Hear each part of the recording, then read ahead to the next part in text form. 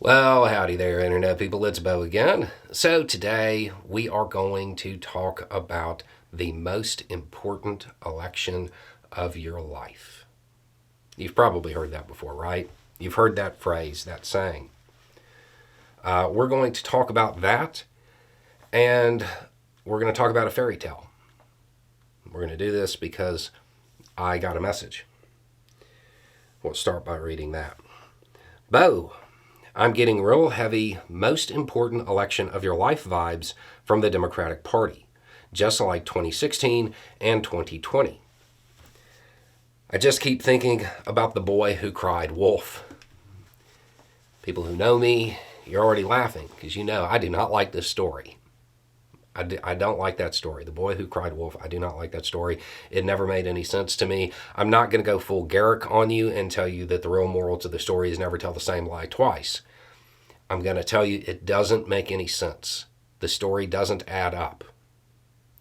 Your entire life, you have interacted with that story in one way. Every time you hear it in a traditional telling, you are interacting with it as a random passerby, hearing the story of this rebellious child from the villagers. That's how you hear the story. Traditional telling, very, very quickly. Little boy, top of the hill, and he's guarding the flock. He cries out, wolf. Villagers run up the hill. In some versions, they pat him on the back because they think he scared the wolf off. In other versions, the little boy's laughing. Okay? They go down the hill because they don't see a wolf. He cries out, wolf again. They run up the hill. They don't see a wolf. They go back down the hill. Third time, he cries out. They don't come up, and a wolf eats him in the flock. That's the story. It doesn't make any sense. Interact with it a different way. Okay? We're going to change this so you don't just have to accept the word of villagers who just let a little boy get eaten. You're the sheriff. The king has sent you there to figure out what happened. You are up on top of that hill, little boy laying at your feet. And you're trying to find out what happened. So you ask one of the villagers, okay, what occurred?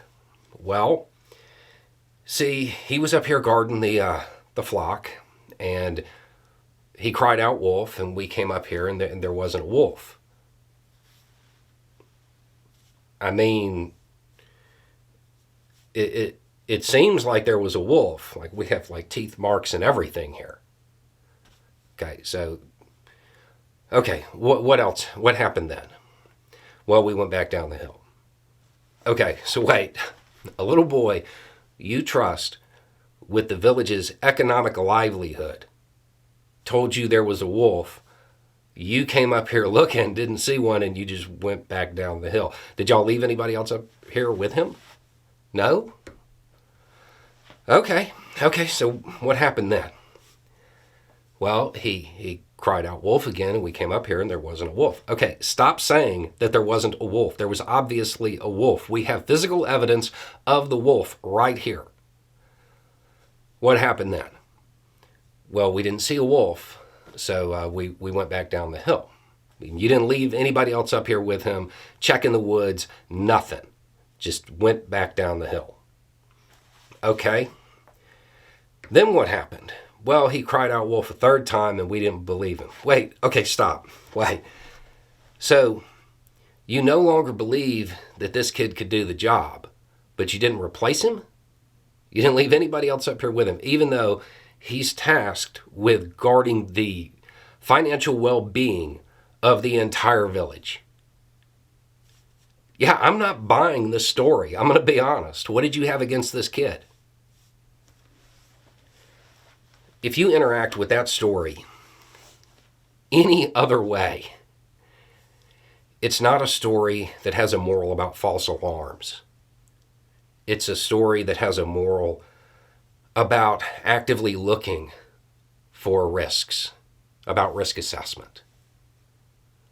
That's what the story's about. Because there's physical evidence to support the boy's story. There's none to support the villagers. And let's be honest, I mean, it certainly sounds like they got a pretty good reason to lie.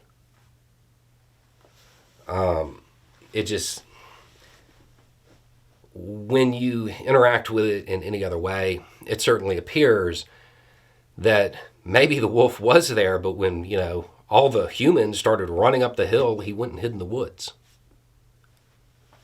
And they didn't look for him. Not well enough. Okay, so now that that's out of the way, I think that this is the most important election of your life, even though they said that in 2016 and 2020. No, I don't think that this is the most important election of your life. I think the most important election of your life was 2016. And I think the country did not, it didn't look in the woods. Didn't see the risk that was there. You're going to continue to hear people say that this is the most important election of your life until the Trumpism fades. Those people who heard it in 2016, you heard people talk about the things that were at risk. You remember all of those women wearing those pink hats and everybody made fun of them? Yeah, it turns out they were right. People didn't accurately assess risk.